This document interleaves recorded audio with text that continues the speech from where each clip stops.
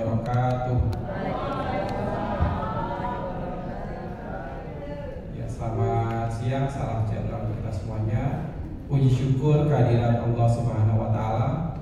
Kita masih diberikan nikmat sehat, dan tak lupa salawat dan salam selalu kita sanjungkan, kita sampaikan pada junjungan kita Nabi besar Muhammad Sallallahu Alaihi Wasallam. Allahumma sholli wa sallim wa barik alaihi. Yang saya hormati Ibu Kepala SMA Negeri 1 Jakarta, Ibu Mutia MPD. Yang saya hormati Ibu Kepala Tata Usaha, Ibu Endang Mandiningsih. Yang saya hormati Ibu Sri Adriani selaku bidang sarana dan prasarana, kemudian Pak Eko Sumaji wakil bidang kesiswaan, Bapak Ibu semuanya yang saya hormati dan saya sayangi, anak-anakku semuanya juga yang saya sayangi ya, yang saya Bapak banggakan. Alhamdulillahirobbilalamin, pada hari ini saya mendapat kesempatan untuk paparan tentang aksi nyata ya, tentang modul 3.2 yaitu pemimpin dalam pengelolaan sumber daya. Nah, di sini Bapak Ibu, saya sebagai calon guru penggerak angkatan 7 di sini saya akan memaparkan apa saja aset-aset atau modal yang kita miliki untuk membangun SMA Negeri 112 Jakarta. Boleh slide selanjutnya, Pak?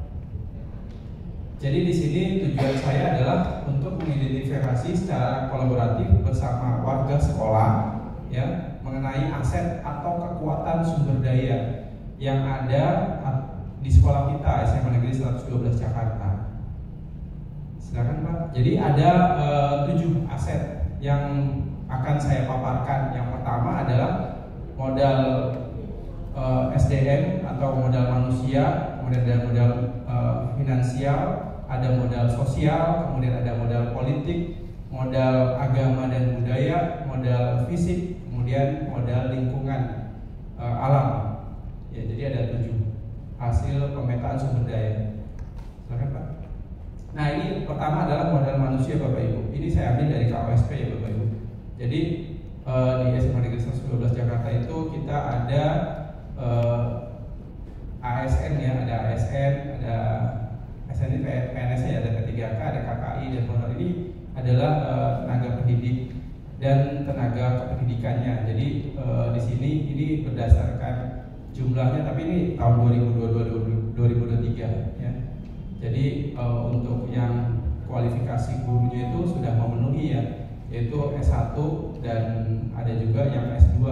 Yang S1 itu 75% dan S2-nya 25%, sehingga totalnya 100%. Kemudian tenaga kependidikan itu rata-rata itu pendidikannya adalah SMA ada 64,3% dan yang S1 itu 35,7%. Oke, lanjut Pak. Nah, ini peserta didik yang ada di SMA Negeri 112 Jakarta kelas 10-nya itu totalnya ada 7 kelas ya, 152 siswa, kelas 11 IPA 5 kelas ada 180 siswa, 11 IPS 2 kelas 72 siswa, yang kemarin kelas 12 IPA 198 dan 12 IPS 198. Jadi total dari 22 rombel yang ada di SMA Negeri 112 Jakarta itu jumlah siswa kita adalah 821 siswa, dan ini adalah aset manusia atau modal manusia. Lanjut Pak. Nah, di sini modal manusia Bapak Ibu yang terdiri atas kepala sekolah ya. Kepala sekolah itu sudah berpendidikan S2 ya, alhamdulillah dia sudah S2 dan berpengalaman dalam bidang manajerial ya, dan tentunya sudah sebagai seorang evaluator. Kemudian guru sudah seluruh guru S1 dan sebagian S2, dan 81% sudah bersertifikasi. Kemudian murid sendiri dengan latar belakang sosial dan ekonomi yang heterogen. Kemudian tata usaha atau karyawan itu memiliki pendidikan yang S1 dan SMA tadi ya. Yang lebih banyaknya mungkin SMA, karena teman-teman kita dari teknik saat ini sedang mencoba untuk lanjut ke tingkat perguruan tinggi secara online. Kemudian komite sekolah atau orang tua itu latar belakang ekonominya sangat heterogen ya. Sosial budayanya kita dari 821 siswa tentu dari latar belakang ekonomi yang beragam. Itu adalah aset modal manusia.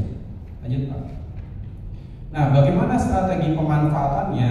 Strategi pemanfaatannya adalah pertama, kepala sekolah itu memiliki nilai kepemimpinan yang kuat, menjadi manajer di sekolah dan mengambil keputusan paling penting untuk kemajuan sekolah. Kemudian kalau guru, nah ini sama-sama diberikan kesempatan untuk mengembangkan diri, menjadi guru berprestasi baik tingkat wilayah maupun nasional, menjadi penulis buku mata pelajarannya, kemudian menjadi pelatih dan instruktur nasional. Itu adalah kesempatan dalam pengembangan dirinya. Kemudian TU dan karyawan itu peningkatan kompetensi pegawai melalui IHT, workshop atau diklat ya, dan lain-lain. Sedangkan murid diberikan kesempatan untuk berkembang dalam prestasi baik itu di bidang akademik maupun non akademik, serta mendapatkan fasilitas yang sama di dalam pembelajaran.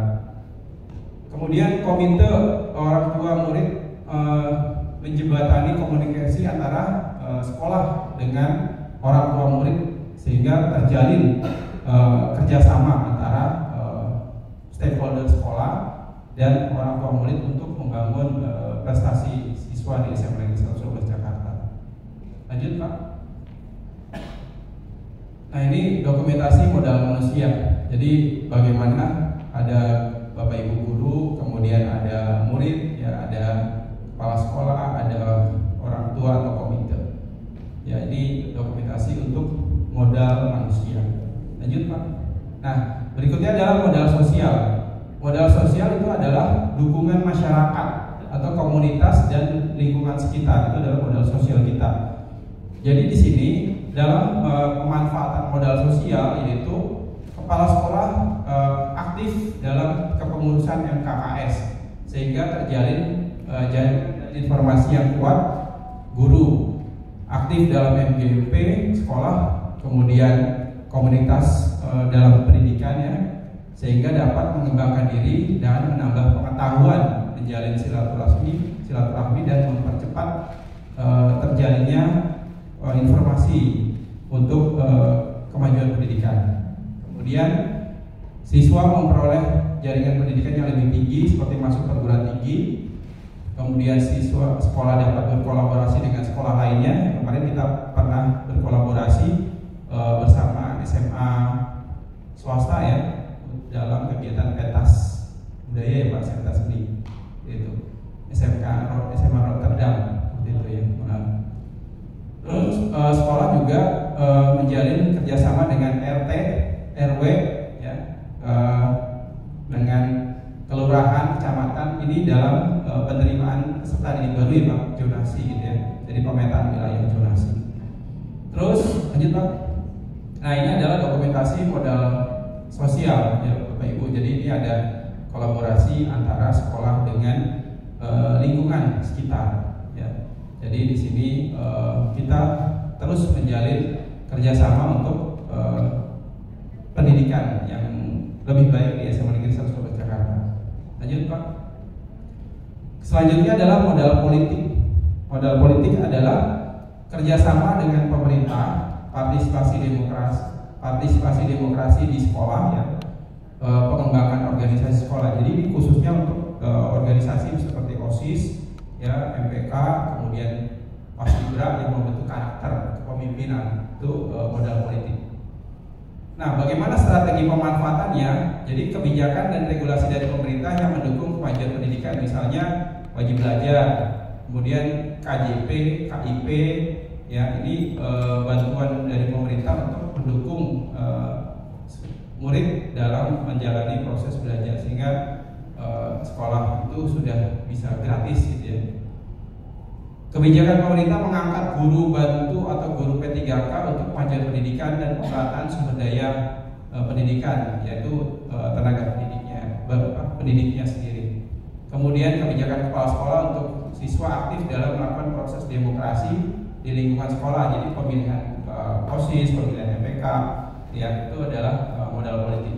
Kemudian kebijakan kepala sekolah untuk sekolah aktif dalam menjalankan organisasi yang ada di sekolah seperti PMR, Paskibra, pecinta alam, rohis dan sebagainya. Itu adalah modal politik kita. Lanjut Pak. Nah ini dokumentasi dari modal politik kita ya. Modal politik kita jadi yang akan membangun karakter-karakter pemimpin di SMA Negeri 1 Solo Jakarta. Lanjut. Selanjutnya adalah modal agama dan budaya. Nah di sini modal agama dan budaya itu berkaitan dengan kegiatan-kegiatan yang bersifat religius, dan lingkungan sekitar sekolah itu ada mendukung untuk kegiatan-kegiatan kerohanian ya, seperti ada masjid, ada tempat ibadah gitu ya, untuk atau kegiatan-kegiatan yang mendukung peserta didik dalam menjalankan ajaran agamanya seperti itu. Nah, terus ada juga dari budayanya, yaitu ada komunitas musik ya kan, seni. Di sini biasanya di kegiatan ekstrakurikuler ya, ekstrakurikuler. Nah, strategi pemanfaatannya gimana? Yaitu membuat program sekolah yang menunjang budaya positif dan dapat membentuk karakter peserta didik ya, seperti kerohanian pagi, sholat berjamaah, merayakan hari besar ya. Kemudian lingkungannya religius juga membuat banyaknya tokoh agama di sekitar lingkungan kita ya. Tentu ada juga yang kalau setiap sholat Jumat kita panggil untuk memberikan khutbah Jumat seperti itu ya. Terus dengan adanya komunitas keagamaan dan seni membuat siswa dapat mengembangkan diri dan dijadikan pelestari budaya serta sebagai media dalam belajar. Itu adalah modal agama dan budaya. Lanjut Pak. Nah ini ada dokumentasinya ya, kegiatan-kegiatan yang kita lakukan di SMA Negeri 1 Solo Jakarta, yaitu ada pengajian, waktu itu ada kultum ya, kemudian ada juga pagelaran budaya, kreasi, kegiatan rohani Kristen dan sebagainya. Oke, lanjut. Selanjutnya adalah modal fisik. Nah, apa itu modal fisik? Modal fisik di sini adalah bangunan yang bisa digunakan untuk kelas atau lokasi melakukan proses pembelajaran, laboratorium, pertemuan atau latihan. Kemudian infrastruktur atau sarana pelaksana mulai dari saluran pembuangan, sistem air, mesin, jalan, jalur komunikasi, sarana pendukung pembelajaran, alat transportasi dan sebagainya. Itu adalah modal fisik. 112 ini adalah tempat yang strategis ya, karena kita selalu menjadi tempat pertemuan-pertemuan ya Bu ya. Jadi kalau ada pertemuan dari Sudin, suka tempatnya di 112 karena strategis. Jadi itu sebenarnya itu adalah modal fisik kita, dan aula ini juga sebenarnya adalah modal fisik kita, karena aula yang luas ini juga menjadi bagian magnet dari masyarakat untuk gimana sih kita menggunakan aula ini, sehingga kalau aula ini dipakai terus menerus kan artinya terpakai, ya itulah modal fisik kita berarti bermanfaat seperti itu. Terus berikutnya strategi pemanfaatannya adalah sarana dan prasarana dapat menciptakan suasana pembelajaran yang kondusif, aman, nyaman. Tujuan kita di sini adalah kenapa bagian sarana selalu melengkapi semuanya supaya siswa-siswa di 112 itu nyaman, yaitu tadi karena kita selalu mengevaluasi, memperbaiki apa saja yang sudah dan apa yang kita butuhkan untuk mendukung proses pembelajaran. Ya di sini modal fisik. Terus dapat memfasilitasi kegiatan sekolah seperti intrakurikuler, ekstrakurikuler ya, kemudian LCD proyektor dan sebagainya untuk mendukung kegiatan pembelajaran. Oke, lanjut Pak. Nah ini contoh modal fisik yang ada di SMA Negeri 1 Jakarta. Jadi ada gedung sekolah ya, terus ada nama SMA Negeri 1 Jakarta, ada tulis baca, ada lingkungan sekitar yang kita kan ada apartemen ya, di sini ada apartemen dan ada lobi dan sebagainya. Itu adalah modal fisik. Lanjut Pak. Ya. Nah sekarang adalah modal lingkungan alam. Lokasi yang dekat dengan jalan raya, terus transportasi umum, dekat dengan layanan tempat publik, kemudian dekat dengan tempat pembelajaran seperti museum atau akses internet lancar, memiliki taman sekolah, itu adalah modal dari lingkungan alam yang modal sekitar sekolah. Nah, strategi pemanfaatannya bagaimana? Yaitu lokasi yang dekat dengan jalan raya dan sarana transportasi memudahkan akses ke sekolah. Karena kita di sini kan ada juga Jaklingko ya. Ya, Jaklingko itu kan kita ada transportasi yang mudah diakses untuk siswa. Kemudian lokasi dekat layanan tempat publik memudahkan sekolah untuk pembelajaran di luar sekolah, serta dapat berkolaborasi dengan bekerja sama. Waktu itu kita datang dari stasiun TV meliput kegiatan-kegiatan sekolah gitu ya Pak. Terus ada dari bagi kita juga bisa waktu itu siswa meliput di kota tua gitu ya, tentang budaya Jakarta. Itu adalah modal lingkungan alam. Kemudian kita juga kerjasama sama puskesmas, kerjasama sama pemadam kebakaran, latihan-latihan yang diberikan oleh pemadam kebakaran puskesmas itu adalah modal lingkungan alam juga, seperti itu. Kemudian akses internet kita itu juga modal lingkungan alam, karena kalau internet itu berarti kan dia tidak terlihat ya, tapi itu adalah jalur udara gitu ya, jadi akses lalu lintas udara. Nah itu juga modal lingkungan alam. Lanjut Pak. Nah ini dokumentasinya, kita dekat dengan stasiun TV MNC, pemadam kebakaran juga kita ada di sini, Kebun Jeruk juga ada, kemudian puskesmas Kebun Jeruk. Kalau yang KRL terdekat itu di Pesing gitu ya. Kemudian ada kebun tanaman obat ya, waktu itu saya ambil yang sangat dekat tanaman obat. Terus ada juga gedung tower yang itu gedung MNC ya, dan sebagainya itu. Terus ada hutan kota Seng-Seng gitu. Nah itu yang dekat dengan SMA Negeri 112 Jakarta, itu sebagai modal lingkungan alam. Lanjut Pak. Nah selanjutnya adalah modal finansial. Di sini modal finansial itu kita sumber dana utama kita itu ada dua, yaitu BOP dan BOS, yaitu bantuan operasional sekolah dan bantuan operasional pendidikan. Yang alokasinya sudah ditentukan berdasarkan pagu-pagu anggaran yang ada, sehingga itu disesuaikan dengan penggunaannya.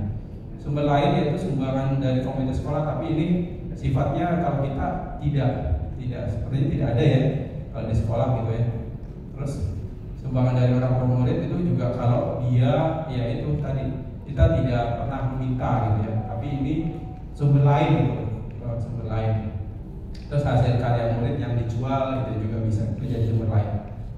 Nah strategi pemanfaatan gimana? Dana BOS dan BOP itu dimaksimalkan untuk kebutuhan belajar mengajar, ya kebutuhan sekolah, kegiatan murid, pemeliharaan infrastruktur sekolah, terus belanja buku, pemeliharaan sarana, prasarana, kegiatan ekskul, kokurikuler dan sebagainya.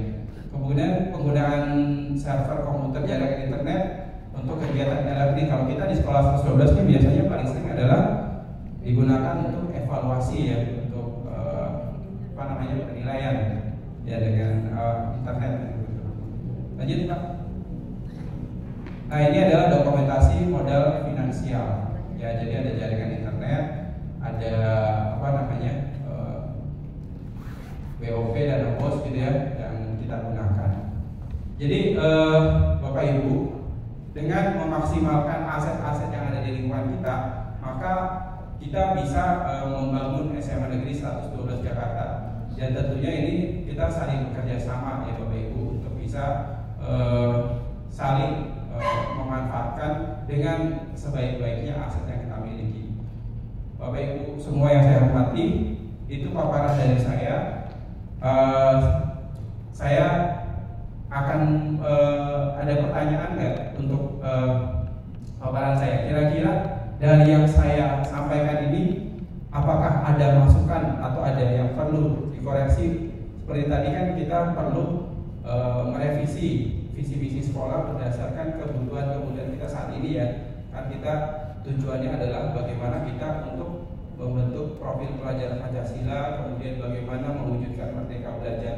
Itu juga sebagai tujuan saya Bapak Ibu dalam program pendidikan guru penggerak. Jadi saya dididik sebagai pemimpin pembelajaran yang selalu melihat bagaimana aset-aset yang kita punya itu bisa kita manfaatkan untuk kemajuan pendidikan, terutama di SMA Negeri 112 Jakarta. Silakan Bapak Ibu, ada yang mau ditanyakan? Ya, atau saya mau bertanya gitu ya. Pak Sigit, kira-kira Pak Sigit di bidang seni apa sih aset yang Pak Sigit lihat di 112 Jakarta? Ya, Assalamualaikum warahmatullahi wabarakatuh. Kalau untuk di aset seni sebenarnya kompetensi dari anak-anak itu banyak, terutama di bidang seni. Hanya terkendala masalah fasilitas yang kurang menunjang. Dalam artian kalaupun kita mengajarkan secara teoritis ataupun secara umum gitu, sedangkan anak notabene bukan lagi yang hanya mendengar atau lihat video, tapi mereka butuh yang namanya langsung merasakan langsung gitu. Jadi kalau dengan alat itu apa yang kita sampaikan langsung ini caranya, dan feelnya juga mereka, karena itu hubungannya sama feeling atau yang kita sebut sama musikalisasi. Itu saya rasa. Terus yang tadi Pak Guntur paparkan itu sebenarnya bagus dalam artian, cuman mesti istilahnya untuk sumber daya manusianya itu kalau bisa disiplin ilmunya, kalau bisa linear. Jadi sehingga pencapaiannya apa yang disampaikan juga sesuai dengan haknya. Itu aja. Terima kasih. Terima kasih pada Pak Sigit. Bu Jualia, saya mau tanya tentang bagaimana fisika dan pemanfaatan aset di SMA Negeri Sosro Jakarta. Baik, terima kasih Pak Guntur. Untuk pelajaran fisika terhadap aplikasi di anak-anak ini, saya lihat sudah sebagian besar bisa menerapkan, ya. Mungkin anak-anak di sini kan ada anak-anak juga ya. Saya titip atau bagaimana ini mewakili untuk aplikasi fisikanya ini kita manfaatkan sebaik mungkin dalam hal yang apa yang kita miliki di sekolah. Fisika itu tidak hanya hitung-hitungan ya Pak Guntur ya. Misalnya dalam hal berolahraga itu ada fisikanya, dalam hal beribadah pun ada fisikanya. Jadi mungkin mari kita sama-sama kita manfaatkan ilmu-ilmu yang kita miliki. Sayang ada aset di sini kita tidak pergunakan dengan baik. Misalnya penggunaan waktu juga fisika ya Pak ya. Misalnya waktunya sholat, ayo kita sama-sama sholat. Itu kan frekuensi untuk pernafasan juga, penyegaran wajah itu juga bermanfaat. Ya, jadi mari anak-anak, saya titip di sini ada OSIS ya. Mari kita terapkan ilmu-ilmu yang kita miliki dalam kehidupan sehari-hari, di mana kita bersyukur punya aset yang tadi seperti Pak Guntur sampaikan, kita terapkan dalam kehidupan sehari-hari. Itu aja Pak Guntur. Ya, terima kasih. Untuk saya mau tanya juga kepada Mem Andri yang menyangkut bidang sarana. Dari BK dulu deh, BK Bu Korin, bagaimana sih pemanfaatan aset kita, terutama kan kita tidak hanya sekolah reguler ya, tapi juga sekolah yang ada anak-anak ABK. Bagaimana pemanfaatan aset kita sedangkan maksimal? Baik, terima kasih Pak Guntur. Assalamualaikum warahmatullahi wabarakatuh. BK itu sendiri kita kan dapat waktunya untuk masuk kelas itu kan minim banget ya Pak. Dan kita berharap para siswa itu jika mereka punya masalah belajar dan lain-lain itu untuk datang ke ruang BK. Ternyata hal itu setelah berjalannya hampir akhir tahun ini minim sekali gitu anak-anak untuk datang ke ruang BK.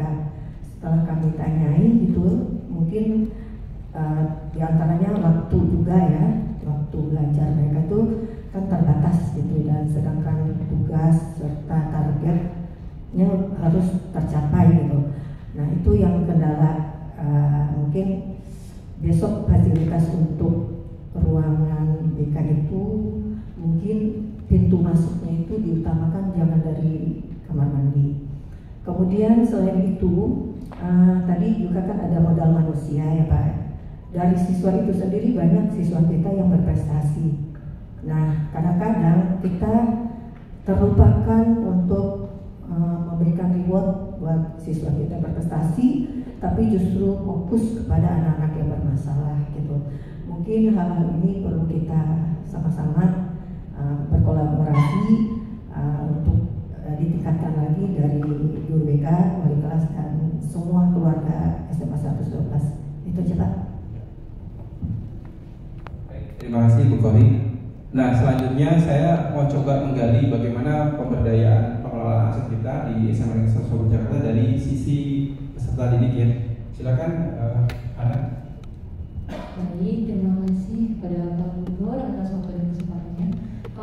kompetensi dari peserta didik itu sendiri, MPK OSIS berusaha menggali dari segala bentuk kegiatan-kegiatan yang coba kita buat selama program kerja setahun. Dan yang pastinya semua program itu memiliki sasaran yang berbeda.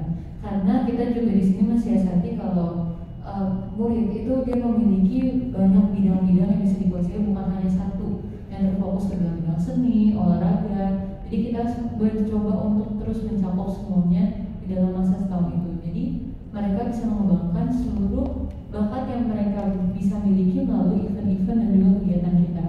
Gak hanya itu, kita juga sekarang sebagai MPK OSIS berusaha untuk mengoptimalkan kinerja ekskul. Jadi sekarang untuk peserta didik bisa mengikuti segala bentuk kegiatan ekskul yang memang diresmikan di sekolah, dan yang pastinya juga membutuhkan dukungan dari sekolah, terutama mengenai fasilitas dan juga tempat untuk latihan dan juga tempat untuk nanti bisa mengembangkan diri melalui perlombaan-perlombaan. Jadi optimalisasi kita adalah untuk mencapai di mana teman-teman kita, siswa-siswi SMA 1 Seluruh Jakarta bisa mengembangkan dirinya melalui program kerja kami. Dan pastinya setiap tahun kami berusaha untuk meningkatkan mutu dari acara-acara yang telah kami buat melalui program kerja bersama dengan ekskul dan juga program pleno. Sekian dari saya, terima kasih. Terima kasih, Ana. Selanjutnya saya mau tanya dari sisi orang tua murid ya. Di sini Budian sebagai orang tua murid di SMA Negeri 1 Jakarta, bagaimana sih optimalisasi pengelolaan aset kita untuk peserta didik, terutama untuk Putri Budian atau sekolah di SMA Negeri 1 Jakarta?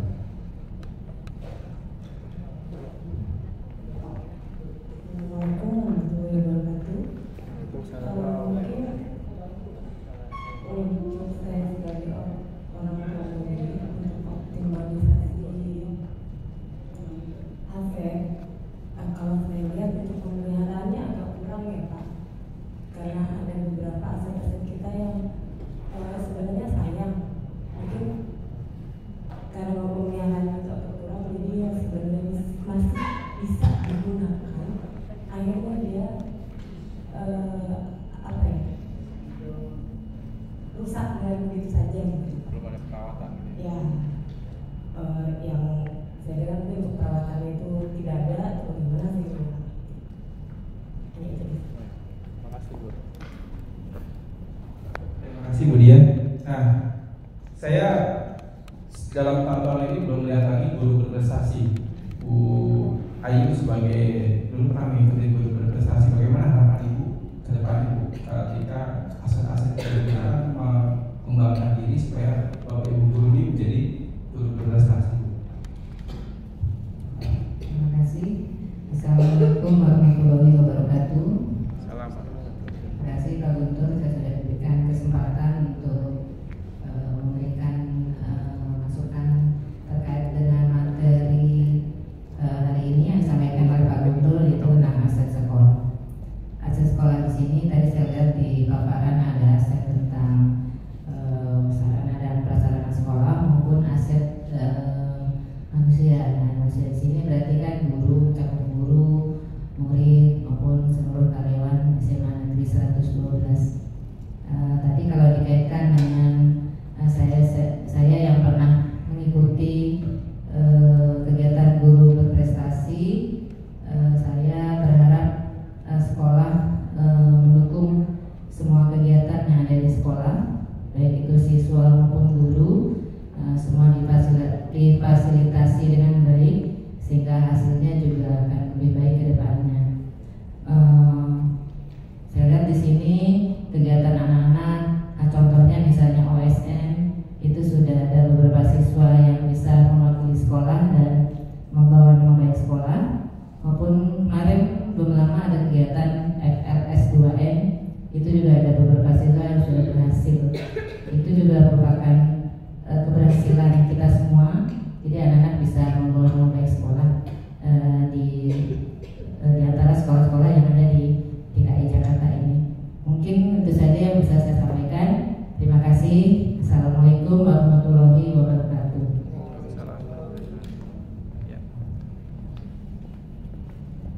Baik, terima kasih Bu Ayu.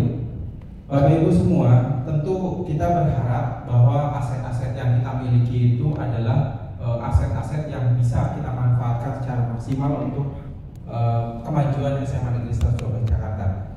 Bapak Ibu, saya adalah produk dari SMA Negeri 112 Jakarta, dan saya di sini juga memiliki harapan besar supaya sekolah SMA Negeri 112 Jakarta ini selalu terus bisa membangun prestasinya terus-menerus dan bisa mewujudkan ya peserta didik yang nantinya alumni-alumninya itu adalah peserta didik yang punya karakter, profil pelajar Pancasila dan berwawasan global serta memiliki kepekaan terhadap lingkungannya.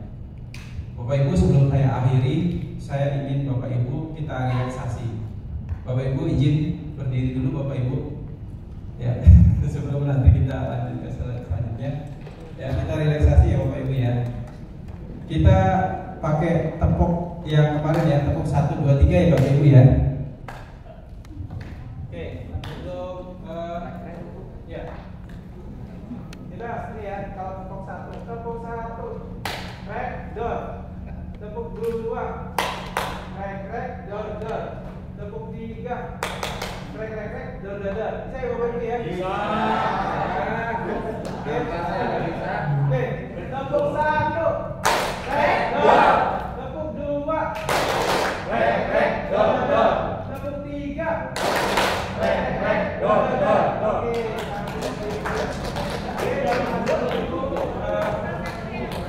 Demikian paparan dari saya, semoga bermanfaat. Terima kasih. Assalamualaikum warahmatullahi wabarakatuh.